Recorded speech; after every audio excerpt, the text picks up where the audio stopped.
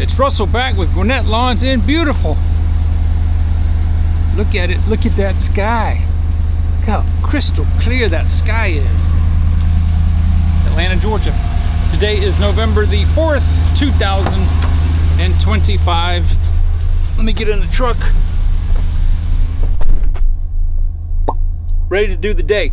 So, let me talk to you guys about something that, well, first of all, let me give you a quick update. If you watch the maintenance videos I did on the Hustler Super S, not the Super S, the Trim Star, when I did the oil this weekend, I switched it over from 20W50 to 10W40. So if you look in your owner's manual, there's a whole wide range for temperatures that you're going to be operating your mower in. And I have had multiple seasons. I have trouble with the mowers spinning over fast enough because the oil 2050 gets really super thick when it's near freezing, and it's near freezing right now. And the mowers, obviously, they're exposed to the elements, the temperature in the back of the truck. And I got to tell you, I didn't think it was going to make that much of a difference. It makes a huge difference. Like, it spins over 75% faster now with the 1040 in there. So if you operate your mowers, you do a lot of leaf mulching and stuff like that, and it's cold, probably you guys in Florida just keep running 2050. But for you people up here in the upper South, Georgia, Tennessee, or further north, if you're mulching, then in the cold weather, try 10W40. I can't speak for the Vanguard, the Briggs & Stratton, the Kohlers, and all that. They probably, if you look in the manual, they should probably be able to tell you, will tell you the range for the temperature that you're working in. So that's worked very, very well. I should be getting my blades today from Ballard. As soon as UPS brings them, hopefully they'll bring them before it gets dark, because it's getting dark now at like 5:15. It's obnoxious, so I don't like it, but nothing I can do about it. I'm going to swap, or I'm going to install the X blades, gold hybrid blades on the Super S. Yesterday, when I was trying to mulch up like a whole pile of the little pin oak, I don't know if they're pin oak or water oak. I think they're pin oak. I call them sniper leaves. They're the hardest leaves to clean up, bar none. The easiest leaves that we have around here to clean up are river birch, and river birches are everywhere. One pass and they're just disintegrated. The little sniper leaves, they're flat. It's very hard for the mower to lift them up, even if they're dry. And if you have a stack of leaves that's more than an inch or two thick, you have to go over and over and over, even with the Super S. And that thing is some massive suction. So I will, of course, be getting some footage from that. So what I want to talk about on today's video, while we go to the first yard, is how do you handle, and I'm going to tell you what I do, how do you handle losing your mowing customers at the end of the season? So our season here in Atlanta basically runs from the first week of March to now, maybe a little bit towards Thanksgiving. We're in the first week of November, but I've already had customers.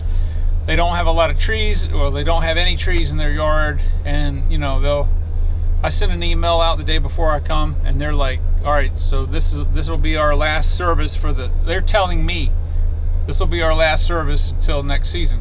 And I'm fine with that. I'm not going to push people to, if you can see, the Bermuda still looks kind of green, but it's rapidly slowing down. So by Thanksgiving, I'm going to say probably half of my customers, I'm going to say they're going to be offline, meaning they don't want me to do anything in the winter. A lot of them do their own bushes and stuff like that, which is fine. They don't have a lot of leaves to mulch. all they see is the grass and the edging and stuff like that, and that's fine. They're the ones paying for it. And so how do you keep your mindset to a point where you're not getting discouraged? You need to 100% go chase after the work that you can do in your area in the fall and the winter.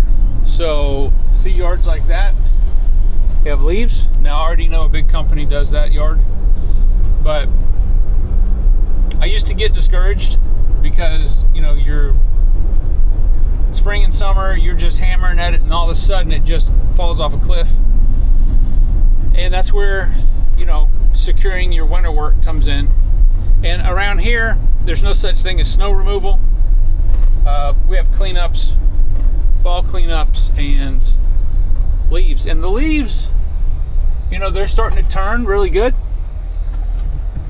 And it's just, you're just going to have to go out there and go after the leaf jobs. I may just start knocking on doors. Because the past couple of years, I have noticed that not a lot of people are asking for quotes. Now that could be several reasons. It could be there's just a lot of people doing this business, which there are in this area. It could be the economy. I mean, there's a lot of different factors. But what I don't want is I don't want the people calling me, and this happens. I don't want the people calling me in March wanting to do a leaf cleanup, because as soon as March hits, my schedule is full again and I'm back to mowing. So I don't even do cleanups. Mowing is priority. I enjoy mowing. This truck and everything is set up for fast mowing efficiency, and if you want cleanups done, November, December, January, and February. After that, I cut it off. Like 1st of March, no more cleanups. I just don't have the bandwidth to do it, and that's fine. But there are a lot of people that will wait all season long. Now, what's really weird is I will pick up quite a few extra customers in December, mowing customers. These are the people that are proactive. They know that it's sometimes hard to get on somebody's schedule by waiting till spring, and I'll pick up 4 or 5 or however many openings I have. I end up having to turn a lot of leads away starting March because my schedule's full, and I guess that's a good problem to have. But if you're just entering the business and you're trying to build your client base, just don't get discouraged. You're just going to have to. I started doing lawn care in 1977, right? I was 12 years old, and the 100% only way to get clients was to walk up the driveway, go to the front door, and knock on it. Now, nobody wants to do that anymore. I know there's, no soliciting signs and all that, but if you see a yard, especially if you're in the neighborhood, if you see a yard that needs a leaf service, clean up, whatever, even the bushes, at the very minimum, you should be dropping off some information. Like, I've got these cards, right? These are the mailers that I would mail out, and they're great just to stick in somebody's door. A lot of people, they're not home during the day, they work. Everybody's got cameras. Sometimes you ring the bell, they'll talk to you if they're not home. But you got to be aggressive out there, because most people won't do that. They just won't. Very rarely will people go and knock on doors anymore. They won't do it. I know some of you probably will, but it's a numbers game, 100%. If you don't take anything away from this video, take this. It is a numbers game. The more people that you get in front of, you will get some business. I promise you.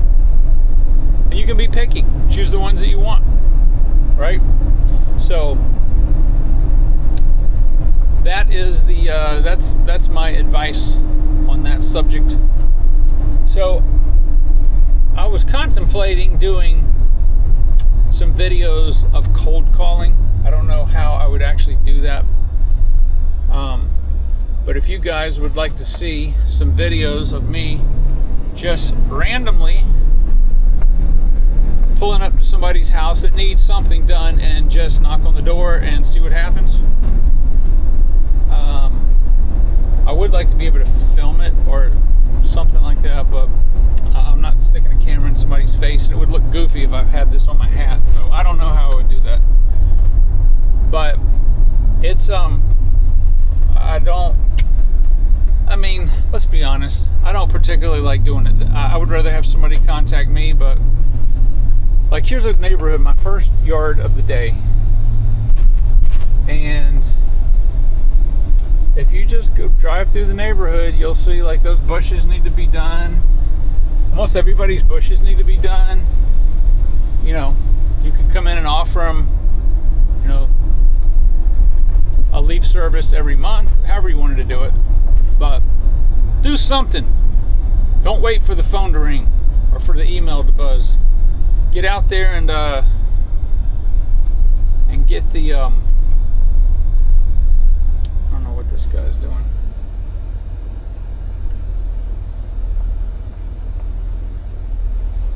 So anyway, that's my advice for now. All right, well, I've got to go here and do this yard. It's quite a few leaves. They still got their Halloween decorations up. So anyway, I'll check back in with you guys when I'm done with this.